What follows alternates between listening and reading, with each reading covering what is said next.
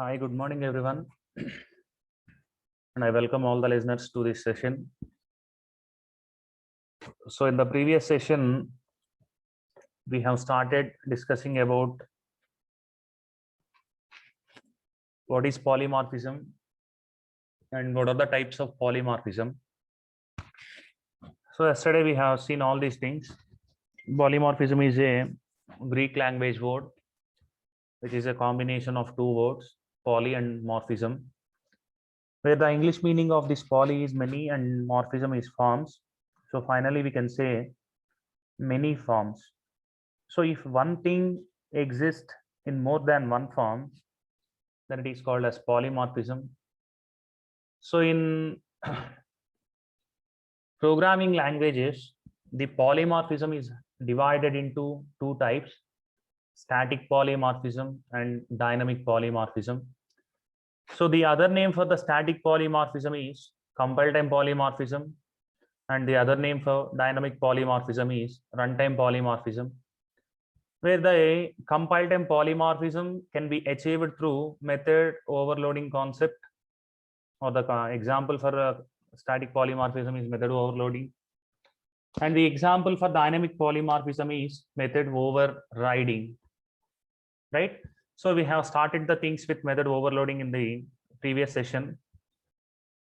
So when we have a same class name in which there are two or more number of methods with same method name with different parameter profile, then it is called as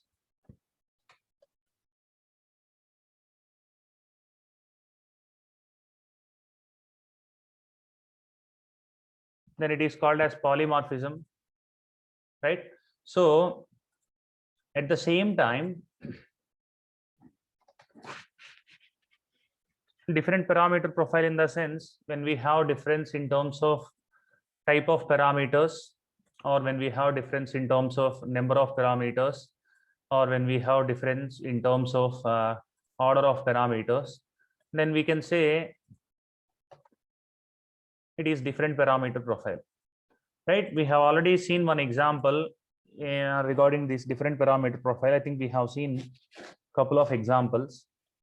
So first we have seen how we can make the difference in terms of number of parameters, right? And then we shown the difference in terms of type of parameters.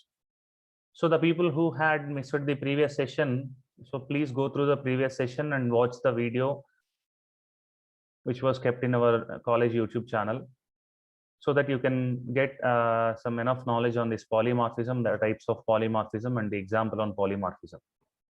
So till now, we have shown the difference in terms of type of parameters and number of parameters. Now in this session, we are going to see how we can show the difference in terms of order of parameters, right? So here, for example, we have two parameters, for example, int a comma float b, and at the same time, here we have, here also we have two parameters, int a comma float b. Now let us see what we have done in the program. So in order to execute any of these methods, we need to pass two parameters, obj dot some integer value followed by some floating point value. Now let us see what will happen. So here it does not comes under method overloading, because as we see the method overloading concept, we need to maintain, right? We need to maintain same program, right? It is same program, not a problem, and same class. So we had two different methods with the same name within the same class. So the second condition is also satisfied, and same method name and with different parameter profile. See here, the type of parameters, there is no difference in terms of type of parameters. In first method m, there is a int parameter and there is a float parameter, and in the second method m also there is int parameter and there is float parameter. So there is no difference in terms of type of parameters, and at the same time there is no difference in terms of number of parameters. So in the first method, there are two parameters, and in the second method also there are two parameters. So there is no difference in terms of number of parameters. Coming to the order of parameters also, we does not show any difference. We does not show any difference in terms of order of parameters also. See here, in this method, we have followed int, second one is float, and the same thing was followed here, int followed by float. So this does not belongs to method of overloading because we does not maintain different parameter profile. So what we have to do here is we have to change something here. For example, if I have written something called as float a comma int b, right? If I have written something called as float a comma int b, now you can see here in the first method there are two parameters, and in the second method also there are two parameters. In the first method we have int and float, and in the second method also we have int and float. So there is no difference in terms of number of parameters. So in both the cases we have two parameters, and there is no difference in terms of type of parameters. In both the cases we have integer and float. And at the same time, if we show the if we see the both the methods, there is some difference in terms of order of parameters. In the first method, int is the first parameter and float is the second parameter, and in the second method, float is the first parameter and int is the second parameter. So if you pass two values here, if you pass 10 comma 10.5, so the method which is going to take the integer parameter first and the floating parameter next is going to be executed. So if you call like this 10 comma 10.50, then it is going to execute this first method, and it is going to print ECE on the output screen. And what I have to do if I want to print CSE on the output screen? So if I want to print the CSE on the output screen, then I have to call this method. What I have to do now? I need to pass a float value followed by integer value. So if I pass a float value followed by integer value, then only the second method is going to get executed. So see the output of this one. So after observing the output, we can go to the, we can see how we can execute the second method and how we can print CSE on the output screen. Just a second.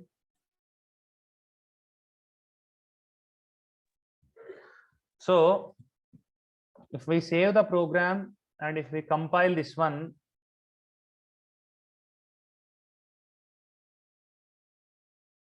I'm sorry, we have to call obj.m of 10 comma 10.50.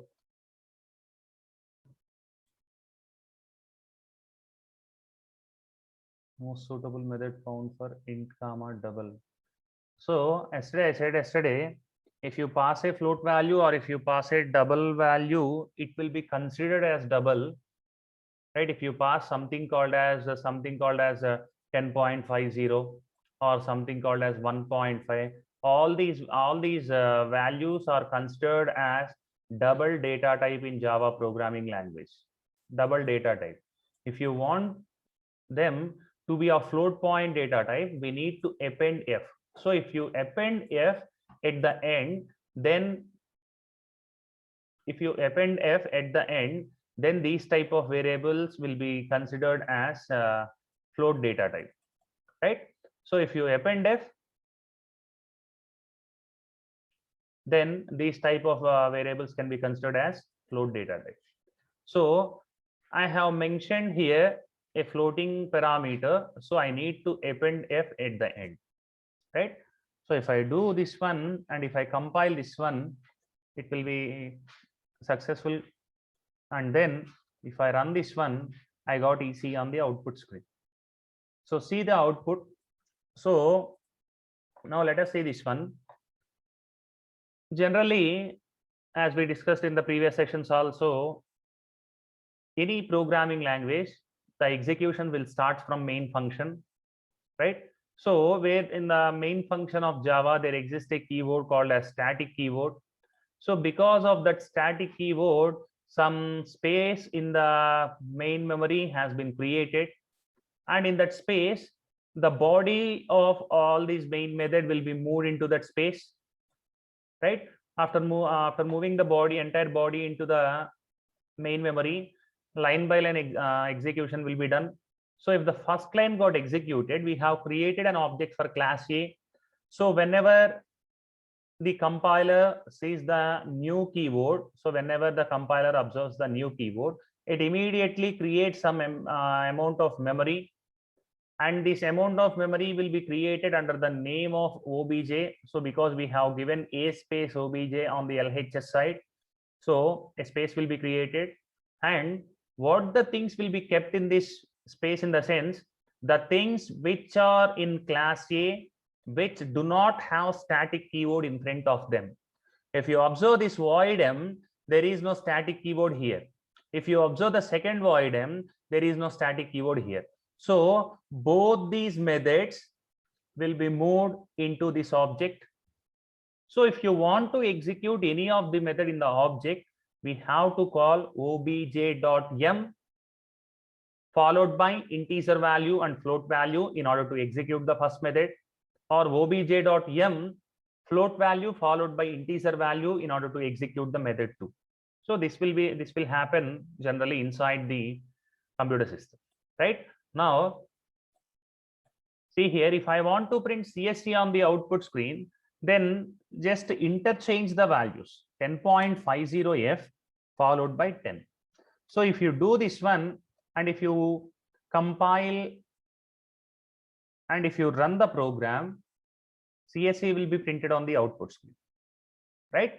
So if I want to print both EC and CSC, then I need to call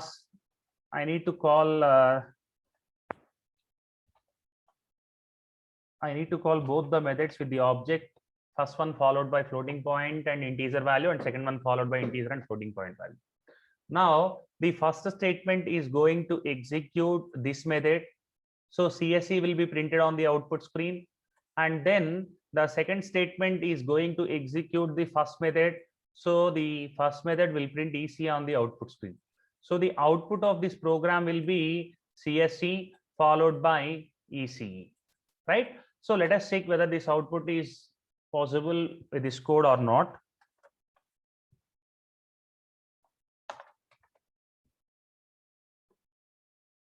Successfully compiled. Now if I run the code, it has printed CSC followed by EC on the output screen. So this is how we can overload a method, right? This is how we can overload a method, right? So I think everyone is clear about method overloading. So if anybody is having the doubts in method overloading, please raise your hands, right? I will unmute you. If anybody is having doubts in method overloading, the concept of method overloading, or the different parameter profile, or the doubts in examples, right? If nobody is having the doubts, I can move to the method overriding concept. Okay. So next one, method overriding. Next one, method overriding. So see here, in method overriding,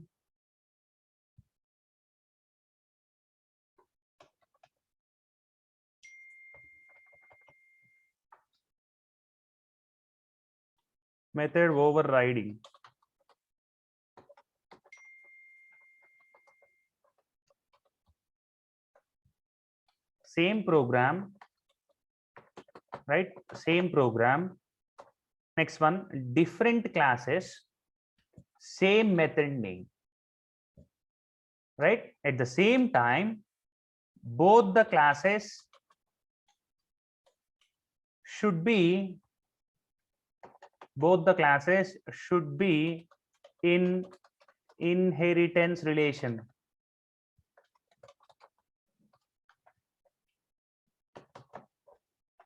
Both the classes should be in inheritance relation.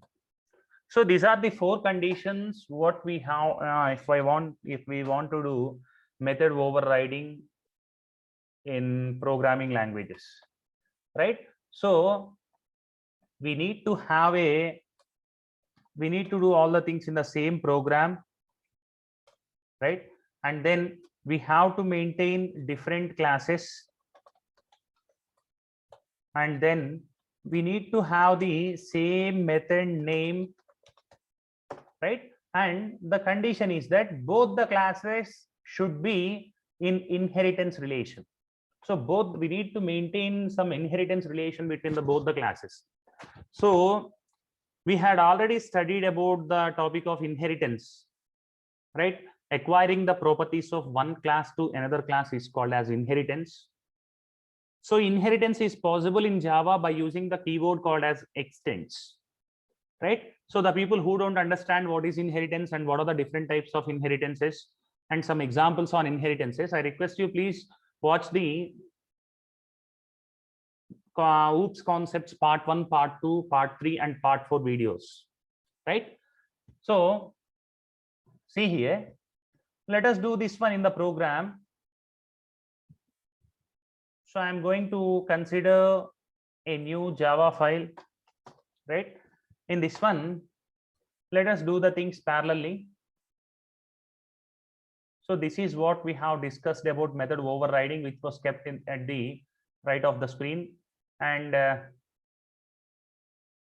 is a programming window which was kept at the left side of the screen. Now see, same program, different classes, which means we have to declare two classes, right? We have to declare two classes. There are two different classes. In the two classes, we have to maintain the same method name, right? So if I declare something called as void m here, just a second, right? If I declared something called as void m here, and I have to declare the same method name here also. I have to declare the same method name here also. So if I do this one, then the concept is called as method overriding. But there is one condition at the bottom. Both classes should be in inheritance relation, right? So in order to bring them into inheritance relation, I have used the extends keyword. Now let us assume this method m, which was present in class A, will print, right? Will print good morning on the output screen, right? Class A will print good morning on the output screen, whereas the method m, the method m, which was present in class B, right, will print something called as evening on the output screen. So there are two classes. See here, there is a class A, right? And then there is class B.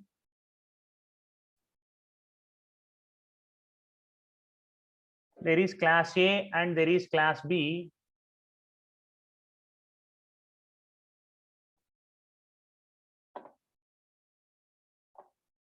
So both these classes are under inheritance relation, where B is acquiring the properties of class A, and inside the class A, I have a method m, which is going to print good morning on the output screen, and inside class B, I have a method m, which is going to print evening on the output screen.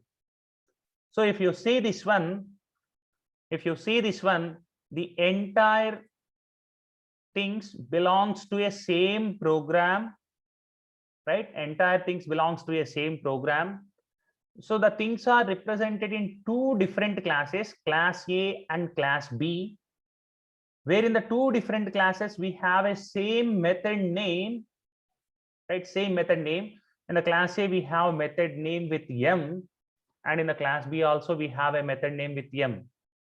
And at the same time, these two classes are under inheritance relation, where B is acquiring the properties of A, right? B is acquiring the properties of A. So we can say it is method overriding. Now what we have to do in order to execute the method M which was present in class B, and what we have to do in order to execute the method M which was present in class A. See here,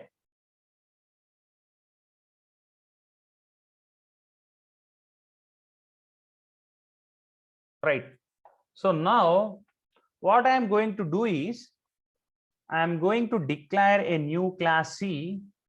In this class, I want to mention the main method of Java, public static void main string args,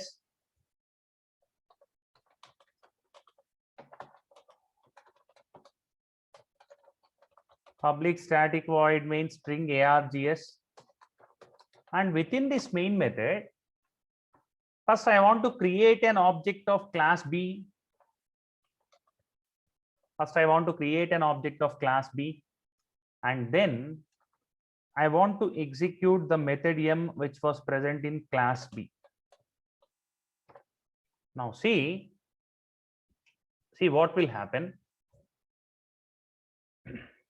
As we said earlier, the execution will start with main method, where the main method of Java consists of a static keyword. It immediately creates some amount of memory inside the RAM for all the things which were represented in the main method.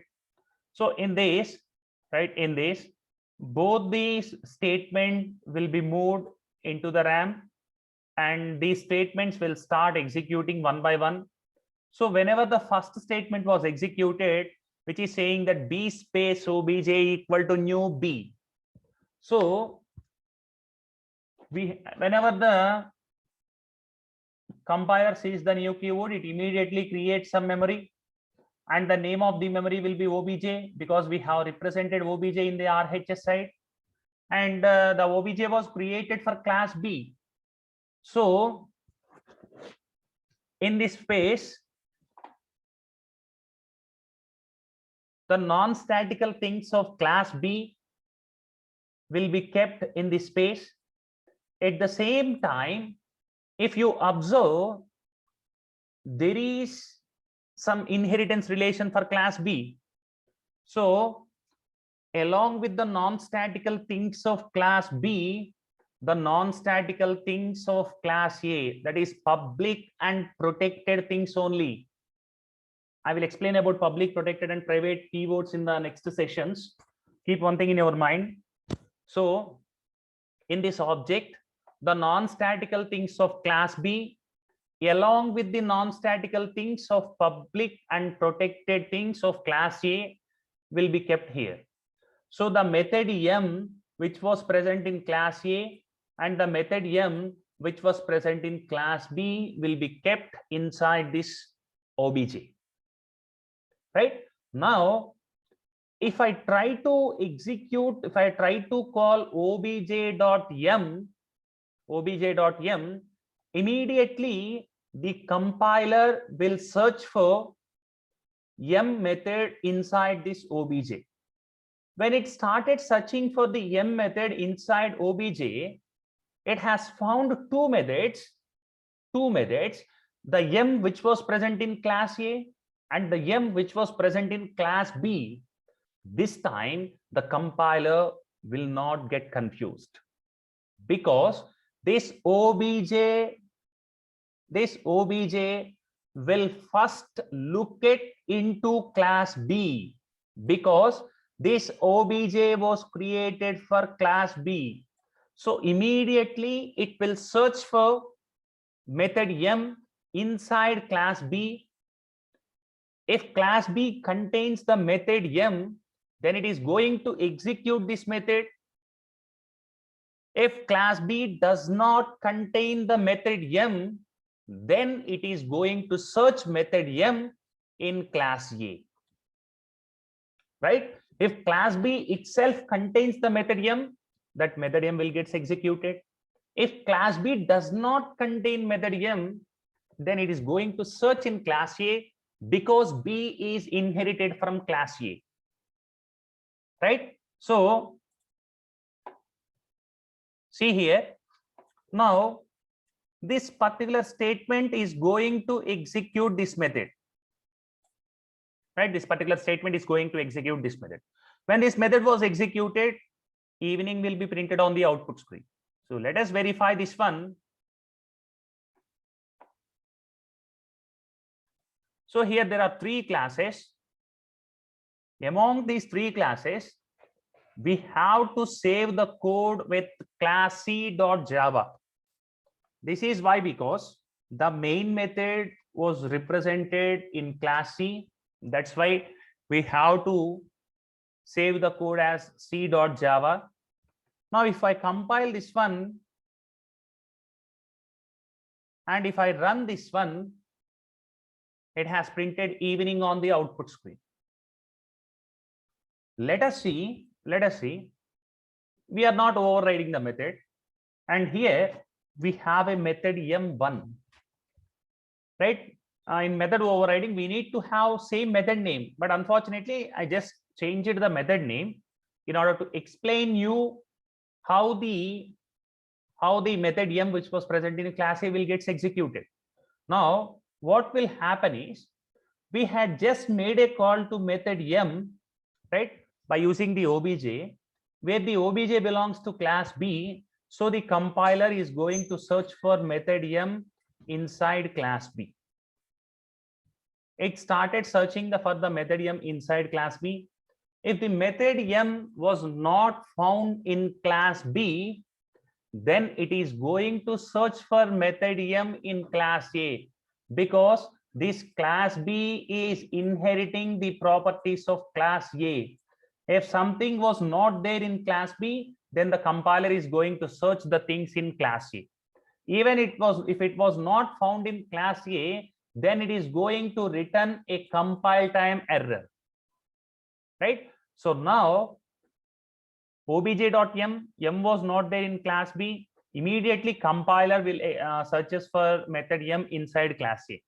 If there is method M inside class A, it is going to print good morning on the output screen, right? So see here, I just added, or I just changed the method name. If I change this method name,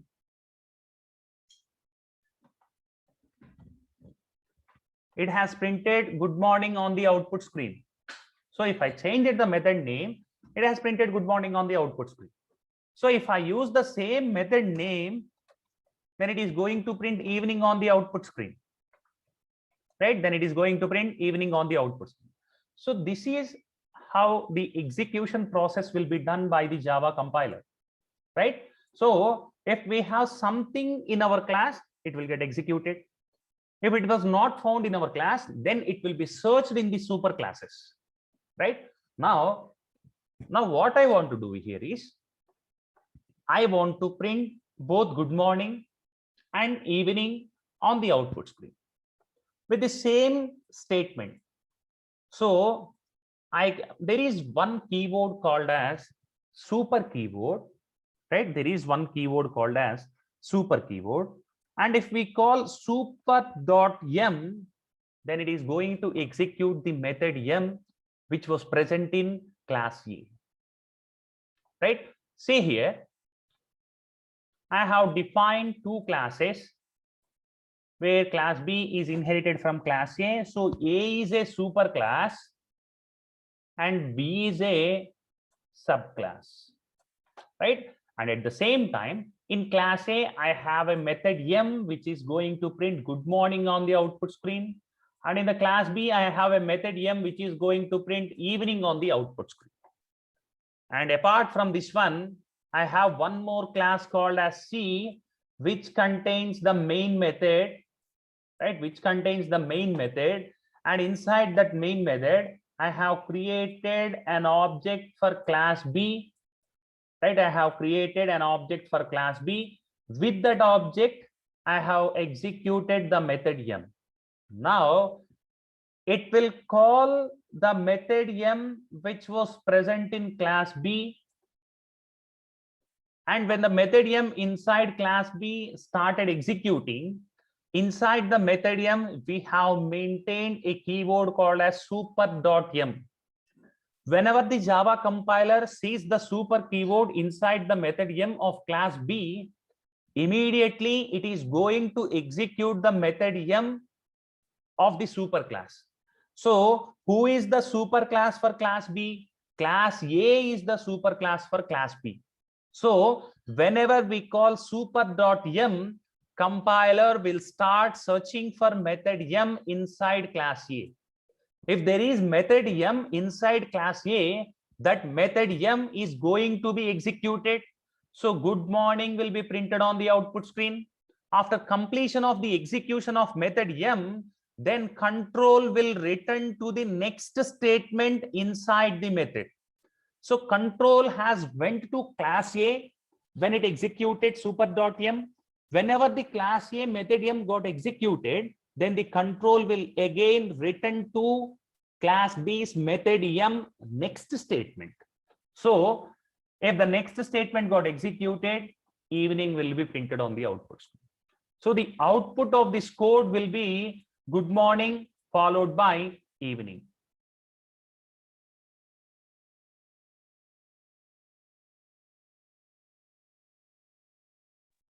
Just a second, I just got disconnected from the net. Okay, so good morning followed by evening will be printed on the output screen. So let us see this one.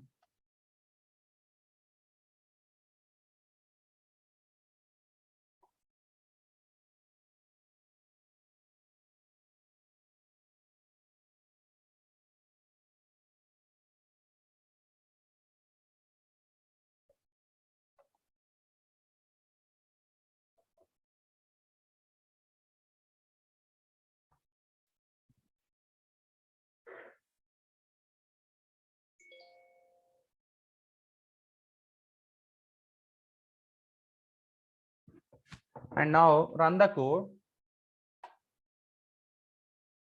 So I got good morning and evening. So what will happen if I maintain the super keyword? If I maintain the super keyword as a second statement inside the method. So now what will happen is, whenever we call obj.m, this evening will be printed on the output screen. After printing evening, we have called super.m. So the m method which was present in super class A will get executed. When it got executed, it will print good morning on the output screen. So the output now will be evening followed by good morning. So let us see the output of this code.